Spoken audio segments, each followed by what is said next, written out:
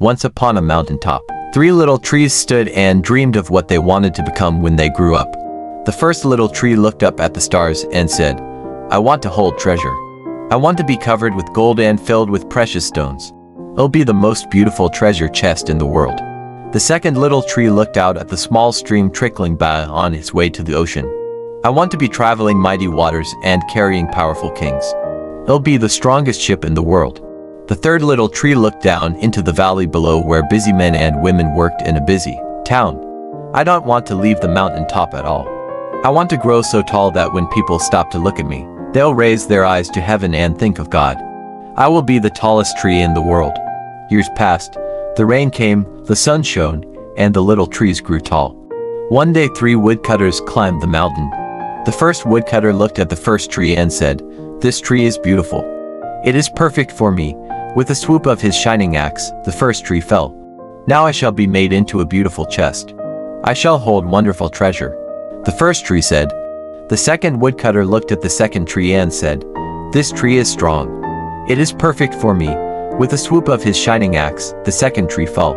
"Now I shall sail mighty waters," thought the second tree. "I shall be a strong ship for mighty kings." The third tree felt her heart sink when the last woodcutter looked her way. She stood straight and tall and pointed bravely to heaven. But the woodcutter never even looked up. "Any kind of tree will do for me," he muttered. With a swoop of his shining axe, the third tree fell.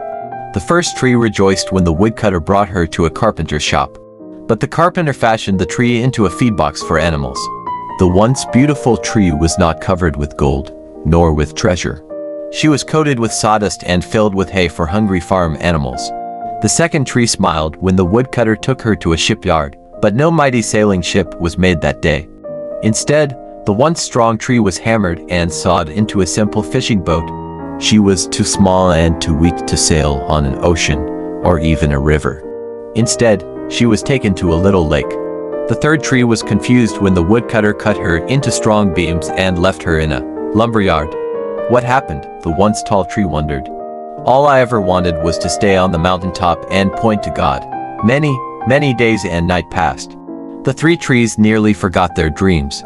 But one night, golden starlight poured over the first tree as a young woman placed her newborn baby in the feedbox.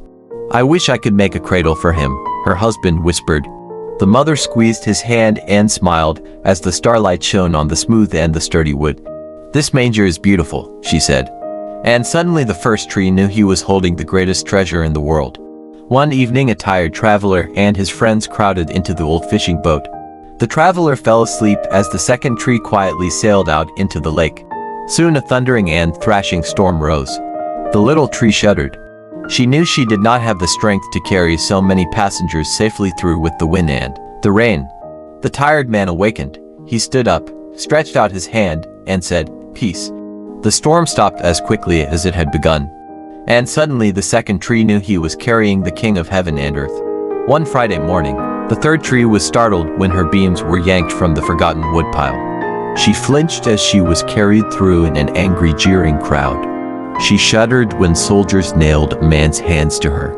She felt ugly and harsh and cruel.